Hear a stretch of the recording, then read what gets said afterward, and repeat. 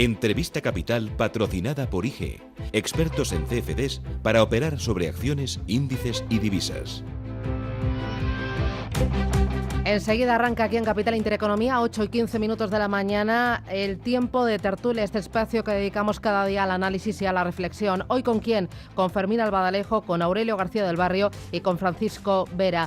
Antes miramos a los mercados financieros y lo hacemos con una de las gestoras independientes de primera línea aquí en España. Es Bestinver. Ayer presentó sus perspectivas para este año 2018 y está con nosotros Gustavo Trillo, que es director comercial de Bestinver. Gustavo, ¿qué tal? Muy buenos días. Muy buenos días, Susana. Muchas gracias por invitarnos esta mañana. Bueno, yo tenía muchas ganas de tenerte aquí.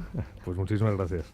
Bueno, de 2018 y los próximos años siguientes se presentan muy bien para la inversión en bolsa. Me decías antes, hay que estar en bolsa, merece la pena estar en bolsa. Bueno, yo creo que todos nuestros inversores se han dado cuenta, ¿no? Es decir, si miramos no solamente el 2017, sino sobre todo pues los últimos años, cuando un inversor que a 3 años tiene una rentabilidad acumulada del 40%, pues la sensación es que merece la pena estar en bolsa. Entonces a nosotros nos preguntan muchas veces si merece la pena seguir invertidos en renta variable y nuestra respuesta es sí, dependiendo del horizonte temporal. Si alguien quiere invertir para 3 meses, para un año, yo creo que la inversión en renta variable no es lo más apropiado. Si alguien está mirando un periodo temporal de 5 años o más, no invertir en renta variable para nosotros sería un error gravísimo. ¿Por qué invertir en renta variable? ¿Cuáles son los fundamentos, la macro y la micro, que apoya esa visión a, no sé si largo plazo, a 5 años? Pues desde luego para nosotros es mucho más la micro que la macro. Es decir, nuestra filosofía de inversión es muy simple y es comprar un buen negocio a un buen precio. Y eso a largo plazo tiene que salir bien sí o sí, y los números lo confirman. ¿Gestión activa se impone entonces al 100%? Bueno, pues yo ahí creo que la mejor referencia son nuestros propios números. Citaba antes el 40% de rentabilidad durante los últimos 3 años. Si alguien hubiese estado invertido en ese mismo periodo en gestión pasiva, pues la rentabilidad hubiese sido exactamente la mitad, un 20%. Para este año, luego entramos en qué tenéis en cartera.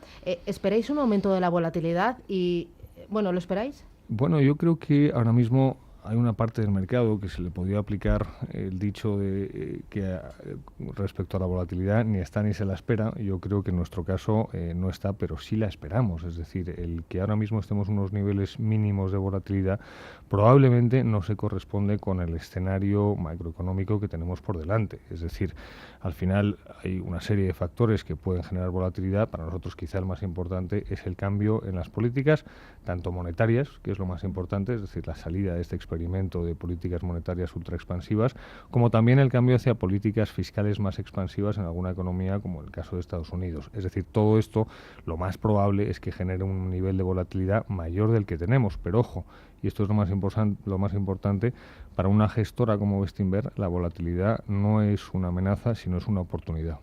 Es una oportunidad a pesar de que vuestra forma de invertir es comprar buenos negocios y comprarlos a buen precio. La volatilidad es una oportunidad porque si baja de precio y le golpean, tú dices ahí, absolutamente, me meto. Absolutamente. Nosotros dedicamos un montón de horas al análisis de compañías. A partir de ahí lo que hacemos es construir una lista de la compra, es decir, negocios que nos gustan mucho, pero que a lo mejor no están al precio adecuado. Precisamente esos episodios de volatilidad lo que nos permiten es adquirir los negocios que nos gustan a los precios que nos gustan. En esa lista de la compra, ¿qué pesa más? ¿Financiero, materias primas, inmobiliario? La lista de la compra es una lista de la compra que es absolutamente opaca y no la podemos hacer pública de ninguna de las maneras.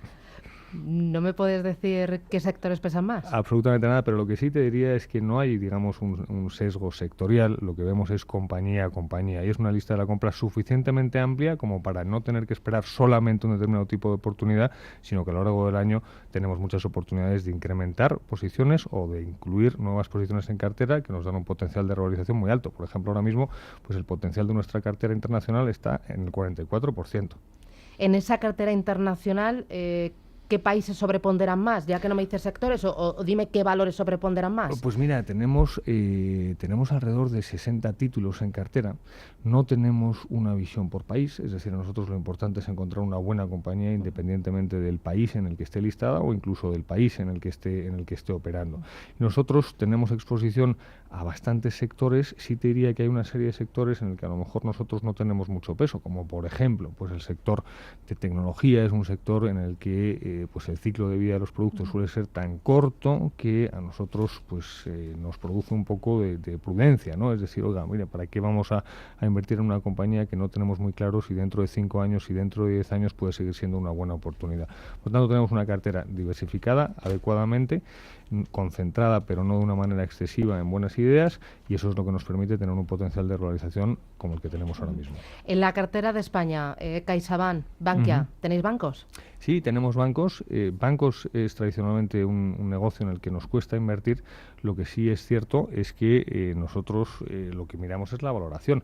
Y sí es verdad que hace pues unos años, en el verano del 2016, si no me equivoco, empezamos a incrementar nuestra posición en el sector bancario. ¿Por qué? Porque las valoraciones ya lo que recogían era el peor de los escenarios posibles para los bancos.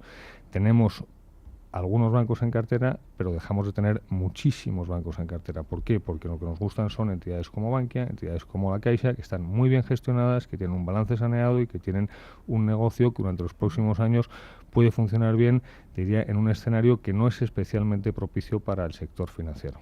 El escenario sí que es propicio para el inmobiliario.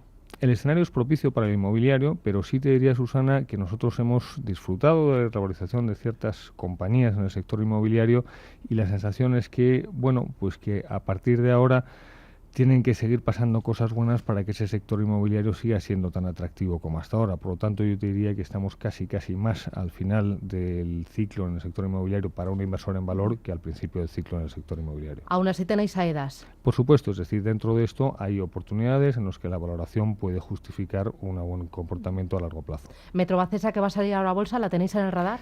Nosotros es bastante inhabitual que acudamos a salidas a bolsa, lo que no quiere decir que no lo hagamos nunca, pero es bastante inhabitual por un tema, porque consideramos que hay una asimetría en la información. Normalmente el vendedor sabe muchísimo más de la compañía que el comprador, y eso no suele ser un buen punto de partida. Veo que también tenéis posiciones importantes en Siemens Gamesa. Estáis aprovechando el duro golpe del año pasado. Totalmente, es decir, para un inversor en valor como Bestinver, Gamesa representó una oportunidad importante. ¿Por qué? Porque es una compañía en la que el año pasado pues tuvo lo que podíamos denominar una tormenta perfecta, es decir, todo lo que podía salir mal o gran parte de lo que podía salir mal salió mal, y eso penalizó muchísimo más el precio de la compañía que el valor de la compañía. Para nosotros el valor de la compañía sigue siendo muy atractivo, y a los precios que teníamos el año pasado lo que hicimos fue incrementar esa posición. ¿Quiere eso decir que Gamesa no va a tener malas noticias durante el año 2018? Pues probablemente siga teniendo algo de malas noticias, pero para el inversor en valor eso es precisamente una oportunidad para incrementar posiciones. Le dieron fuerte también el año pasado a Técnicas Reunidas y sin embargo eso nada. No lo tenemos en cartera. ¿No lo veis? ¿Cómo lo hizo vuestra cartera española el año pasado? Nuestra cartera española lo hizo alrededor de un 10%, un poquito menos del 10%, el 9 y pico, y de la misma manera que nuestra cartera internacional es una cartera diversificada, es una cartera con menos títulos, es decir, así como en la cartera internacional tenemos cerca de 60 títulos, en la cartera ibérica estamos cerca de los 30 títulos, porque el mercado español, el mercado ibérico en este caso, porque invertimos también en Portugal, pues no tiene el mismo número de oportunidades que podemos tener en la cartera internacional. ¿La crisis en Cataluña ha hecho sufrir a la cartera? Pues precisamente, hombre, yo creo que cuando tienes una rentabilidad en el año de cerca del 10%, el sufrimiento no es precisamente importante, ¿no? Lo que sí es cierto es que un inversor en valor como Bestinver, o el goce podría haber sido mayor si no hubiera sido por no, desde Cataluña. luego, pero la realidad es que yo creo que a nuestros inversores lo que les gusta de Bestinver es que nos aislamos un poco del ruido en el corto plazo para mirar compañía a compañía cuáles son buenas oportunidades de inversión en el largo plazo. Desde luego que el escenario político puede influir en algunas compañías, pero nosotros no tratamos de predecir, sino tratamos de prepararnos. Patrimonio gestionado. Ahora mismo en Bestinver superamos los 6.200 millones de euros gestionados. MiFID II ha entrado en vigor el pasado día 3 de enero. Sí. ¿Eso va a suponer un impulso al fondo de inversión como vehículo para ahorrar? Pues esperemos que sí. Yo para nosotros... Yo estoy convencida, ¿eh? Por supuesto, es decir, yo creo que MiFID II, si lo miramos de una manera abstracta, lo que representa es más transparencia y más alineación de intereses con el inversor. Yo creo que la transparencia y la alineación de intereses con el inversor son las señales de identidad de una gestora como Bestinver. Yo creo que MiFID II tiene que ayudar a la gestión independiente y al producto de fondos de inversión. Claro, va a ser por lo tanto también un impulso a los gestores que lo hagan bien. Absolutamente, absolutamente. Pues hacerlo bien, a trabajar y enhorabuena por los éxitos y a seguir con ello. Gustavo. Pues, muchísimas gracias. Que vaya todo muy bien. Muchísimas gracias. Gracias, Susana. hasta pronto. Adiós.